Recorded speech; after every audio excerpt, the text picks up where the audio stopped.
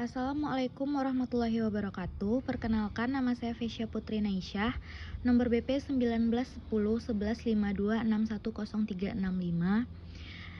Mata kuliah Manajemen Proyek Sistem Informasi dari kelas SI 11. Nah, pada materi pertama saya akan menjelaskan materi mengenai perangkat lunak. Perangkat lunak adalah sebuah program yang berfungsi sebagai sarana interaksi antara pengguna dengan hardware. Nah, karakteristik perangkat lunak ada 3 macam, yaitu dibangun dengan rekayasa atau software engineering. 2, tidak pernah usang karena kecacatannya dapat diperbaiki seiring dengan perkembangan waktu. Ketiga adalah modify software, yang perbaikannya terus ada seiring perkembangan zaman. Selanjutnya, aplikasi dari perangkat lunak. Pertama adalah perangkat lunak sistem, perangkat lunak waktu nyata, perangkat lunak bisnis, perangkat lunak berbasis web, perangkat lunak rekayasa dan keilmuan, perangkat lunak personal, dan terakhir perangkat lunak intelijensia buatan. Produk genetik yaitu produk yang dibuat oleh pengembang perangkat lunak untuk dijual atau dipopulerkan tanpa ada yang memesan terlebih dahulu. Selanjutnya, produk perangkat lunak pesanan adalah produk yang dibuat karena ada pelanggan yang order atau memesan terlebih dahulu. Nah, rekayasa perangkat lunak adalah disiplin ilmu yang membahas semua aspek produksi perangkat lunak, yang tujuannya untuk menghasilkan perangkat lunak yang bernilai ekonomi, yang dipercaya dan bekerja secara efisien menggunakan mesin. Ada beberapa kriteria perangkat lunak. Pertama adalah maintainability, yaitu aktivitas yang dapat terus dipelihara setelah perangkat lunak selesai. Kedua, appendability dan robust, yaitu dapat diandalkan dan perubahan yang terjadi. Selanjutnya, efisien dari segi sumber daya dan penggunaannya. Lalu usability, yaitu kemampuan untuk dipakai sesuai kebutuhan. Selanjutnya ada proses dasar perangkat lunak. 1. Spesifikasi perangkat lunak, pengembangan perangkat lunak, validasi perangkat lunak, dan evolusi perangkat lunak. Ada 3 macam model perangkat lunak, yaitu model workflow, yaitu model aliran kerja, data flow, model aliran data, dan model peran aksi, yaitu melibatkan orang yang terlibat dalam proses perangkat lunak. Nah, selanjutnya pada pertemuan ketiga adalah model atau paradigma umum pada pengembangan perangkat lunak. Pertama ada model waterfall, yaitu jenis model pengembangan aplikasi dan termasuk ke dalam classic life circle, yang mana menekankan pada fase yang berurutan dan sistematis. Tahapan model waterfall ini ada recruitment, yaitu pengembang harus mengetahui seluruh informasi mengenai kebutuhan software. Kemudian ada desain yang dilakukan sebelum proses coding dimulai. Selanjutnya ada implementasi atau proses pembuatan coding. Selanjutnya integration dan testing, yaitu penggabungan modul-modul yang telah dibuat sebelumnya lalu dilakukan pengujian. Terakhir ada operation dan maintenance, yaitu tahapan akhir dari model waterfall. Kelebihan dari metode waterfall ini yang pertama adalah workflow yang jelas, hasil dokumentasi yang baik, dapat menghemat biaya dan digunakan untuk mengembangkan software berskala besar. Nah, selain ada kelebihan juga ada kelemahan, yaitu membutuhkan tim yang solid, masih kurangnya fleksibilitas, tidak dapat melihat gambaran sistem yang jelas, dan membutuhkan waktu yang lebih lama. Nah, ada 2 jenis pengembangan evolusioner, yaitu pengembangan eksploratory dan prototipe yang dapat dibuat. Keuntungan dari proses evolusioner adalah lebih efisien dan efektif dalam memenuhi kebutuhan pelanggan, dan spesifikasi dapat dikembangkan secara incremental dan mudah dipahami oleh user. Materi ketiga adalah proses perangkat lunak. Pengembangan sistem formal. Perbedaan pendekatan ini dengan model waterfall adalah 1. Spesifikasi persyaratan perangkat lunak diperbaiki menjadi spesifikasi formal yang rinci yang dinyatakan dalam notasi matematis. 2. Proses pengembangan perancangan, implementasi dan pengujian unit digantikan dengan proses transformasional di mana spesifikasi formal diperbaiki melalui serangkaian transformasi menjadi program. Iterasi proses. 1. Pengembangan inkremental, yaitu spesifikasi dan perancangan dan implementasi perangkat lunak dibagi menjadi serangkaian inkremen atau tahapan yang dikembangkan secara bergantian. 2. Pengembangan spiral atau pengembangan sistem seolah membuat alur spiral keluar dari garis awal sampai sistem pengembangan berakhir. Model inkremental adalah model pengembangan sistem pada software engineering berdasarkan rekrutmen software yang dipecah menjadi beberapa fungsi atau bagian sehingga model pengembangannya secara inkremental. Karakteristik pengembangan inkremental. 1. Kebutuhan user menjadi prioritas tertinggi dimasukkan dalam awal inkremen. 2. Melakukan tahap-tahap waterfall model secara iteratif. 3. Hasil atau produk dari iterasi atau inkremen menjadi dasar perbaikan untuk iterasi atau inkremen. Demikian seterusnya sehingga produk dianggap sempurna. Proses iterasi pengembangan inkremental. Pertama, bukan sekedar menghantarkan sistem sebagai single delivery. Development dan delivery dipecah menjadi beberapa tahapan. 2. Mengurangi pengerjaan ulang pada proses pengembangan dan memberi kesempatan bagi pelanggan untuk menunda keputusan persyaratan rinci sampai mereka memperoleh pengalaman sistem. 3. Pada proses ini pelanggan mengidentifikasi secara garis besar pelayanan yang akan disediakan oleh user. Model spiral adalah bentuk evolusi yang menggunakan metode iterasi natural yang dimiliki oleh model prototyping dan digabungkan dengan aspek sistematis yang dikembangkan dengan model waterfall. Perancangan implementasi perangkat lunak. Kegiatan-kegiatan proses perancangan yang spesifik. Pertama adalah melakukan perancangan arsitektur, kedua melakukan spesifikasi abstrak, ketiga melakukan perancangan interface, keempat melakukan perancangan komponen, kelima melakukan perancangan struktur data, dan terakhir melakukan perancangan algoritma.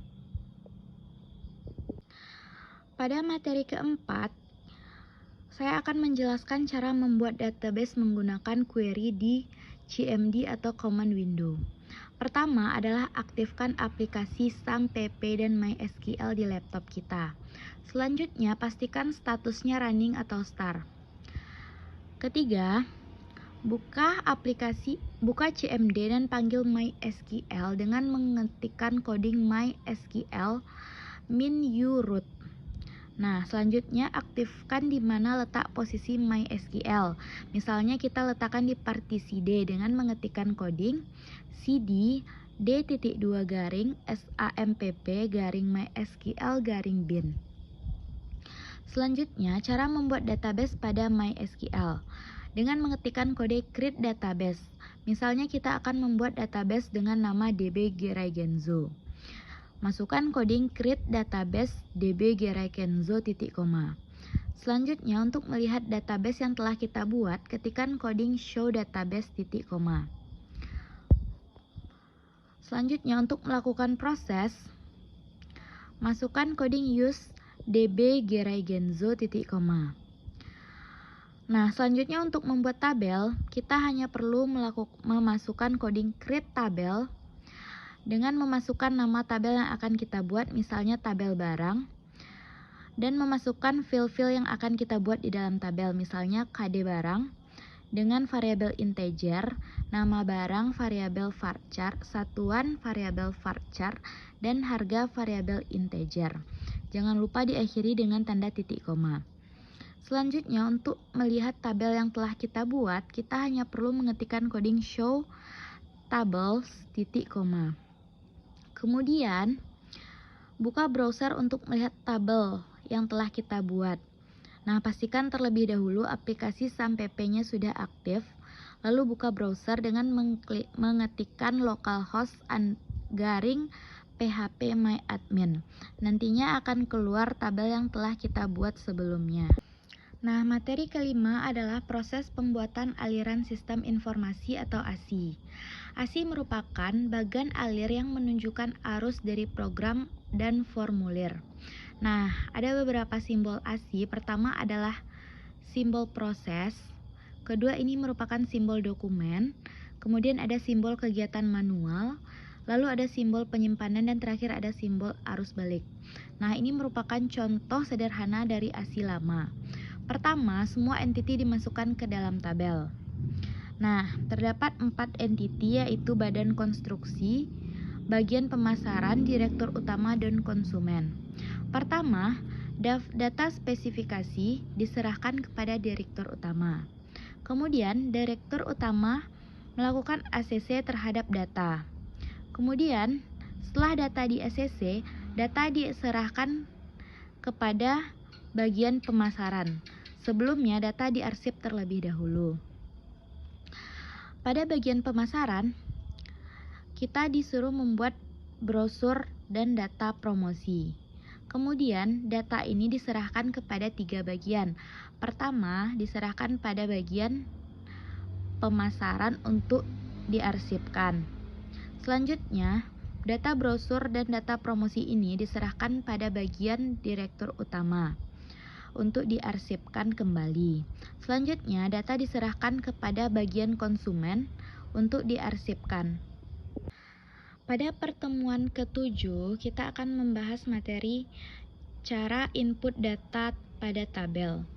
Pertama adalah kita membuat sebuah database dengan cara mengetikkan coding create database. Misalnya nama databasenya adalah DB mahasiswa, titik koma. Kemudian untuk melihat database yang telah kita buat, kita mengetikkan coding show database. Selanjutnya, aktifkan database yang telah kita buat dengan mengetikkan coding use db mahasiswa titik koma. Langkah selanjutnya adalah membuat tabel dengan cara mengetikkan coding create tabel, misalnya membuat tabel identitas. Nah, di dalam tabel identitas ini terdapat 4 field. Yang pertama, name dengan variabel integer. Name yang akan kita buat nantinya akan dijadikan primary key. Kemudian ada field nama dengan variabel varchar dengan ranknya 50. Kemudian ada field jurusan variabel varchar ranknya 30. Terakhir kita membuat field fakultas dengan rank varchar dengan variabel varchar dengan rank 30. Selanjutnya ditutup dengan titik koma. Jika telah sukses, langkah selanjutnya adalah melihat struktur tabel yang telah kita buat dengan mengetikkan coding dash identitas. Selanjutnya, untuk memasukkan data ke dalam tabel identitas, kita perlu mengetikkan coding insert into identitas values. Misalnya, kita masukkan data 001, nama Genzo, jurusan sistem informasi dan fakultas ilmu komputer. Selanjutnya, data kedua, kita masukkan data NIM 002, nama Alvaro, jurusan gizi dan fakultas kedokteran. Jika telah berhasil, untuk melihat kembali tabel yang telah kita isi, kita hanya perlu mengetikkan coding select bintang from identitas. Identitas sendiri merupakan nama tabel yang telah kita buat. Nah, selanjutnya, untuk melihat hasil tabel yang telah kita buat di localhost, kita buka browser, lalu klik localhost phpMyAdmin. Nantinya akan muncul tabel yang telah kita buat sebelumnya. Nah, pada materi ke-7, saya akan menjelaskan cara mengubah struktur tabel MySQL dengan query di command window. Pertama, kita telah membuat database sebelumnya dengan nama database DB mahasiswa. Nah, untuk memanggil kembali, kita hanya perlu mengetikkan coding show database. Nah, selanjutnya masuk ke dalam database yang telah kita buat sebelumnya, yaitu dengan cara mengetikkan use database-nya bernama DB mahasiswa titik koma. Nah, di dalam database mahasiswa tadi kita telah membuat sebuah tabel. Nah, untuk melihatnya kita juga perlu mengetikkan tabel show table. Nah, pada materi ini kita akan belajar mengubah nama tabel yang telah kita buat. Sebelumnya, tabelnya bernama DB mahasiswa. Nah, kita akan mengubahnya menjadi data mahasiswa dengan cara mengetikkan coding alter tabel identitas, rename menjadi data mahasiswa titik koma. Nah, untuk melihat hasilnya, kita bisa mengetikkan coding show tables. Selanjutnya, kita akan belajar cara merubah struktur tabel data mahasiswa. Dengan cara mengetikkan coding alter tabel data mahasiswa, change jurusan menjadi prodi dengan varchar 20, titik koma. Nah, ketika telah berhasil diubah, kita bisa melihatnya kembali dengan mengetikkan coding show tables. Selanjutnya, untuk menambahkan field baru. Misalnya kita akan menambahkan field nomor telepon di bawah field nama. Kita akan mengetikkan coding alter tabel data mahasiswa, add kolom no telepon, varcharnya 12, after nama titik koma. Nah, selanjutnya kita akan menambahkan field tanpa perlu memberikan perintah after yang nantinya akan ditambahkan di bagian paling bawah dengan cara mengetikkan coding alter tabel data mahasiswa, add kolom alamat, varcharnya 50. Nah, untuk melihat hasilnya kita bisa membuka di browser, klik localhost phpMyAdmin yang nantinya akan muncul semua tabel yang telah kita buat sebelumnya. Terima kasih.